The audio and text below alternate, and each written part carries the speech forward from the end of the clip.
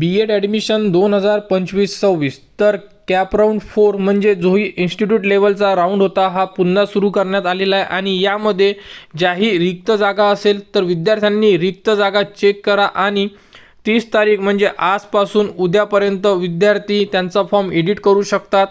त्यांना जे कॉलेजेस पाहिजे ज्या कॉलेजला जागा असेल त्या कॉलेजचे नाव ते पुन्हा ॲड करू शकतात।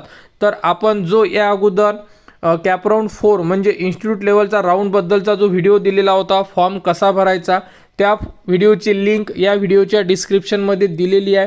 त्या प्रकारे तुम्ही जे तुम्हाला कॉलेजेस पाहिजे आहे ते कॉलेजेस ॲड करू शकता। जागा कशा चेक करायच्या या संदर्भात सुद्धा संपूर्ण जी लिंक आहे या व्हिडिओच्या डिस्क्रिप्शनमध्ये दिलेली आहे।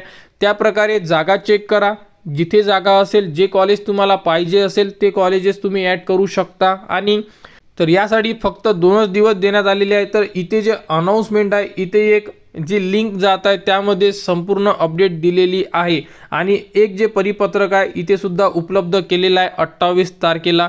तरी ज्याही विद्यार्थ्यांच्या ॲडमिशन बाकी असेल ते विद्यार्थी परत त्यांचा फॉर्म भरू शकतात। इन्स्टिट्यूट लेवलचा जो राऊंड होता 4था तो परत सुरू करण्यात आलेला आहे कारण की यासाठी जागा शिल्लक असेल त्यामुळे हा राऊंड परत सुरू करण्यात आलेला आहे।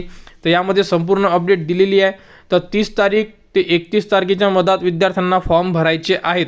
ज्यांनाही फॉर्म भरायचे असेल ज्यांचेही नंबर लागलेले नसेल ते विद्यार्थी यासाठी फॉर्म भरू शकतात। मी परत सांगतो की व्हिडिओच्या डिस्क्रिप्शनमध्ये फॉर्म भरण्यासाठी जागा चेक करण्यासाठी व्हिडिओची लिंक दिलेली आहे। तो व्हिडिओ बघा आणि त्यानुसार तुम्ही तुमचे फॉर्म भरा। यामध्ये जो डेट आहे ही सुद्धा देण्यात आलेली आहे, तर बघू शकता 30 ते 31 या मधात भरणी आहे।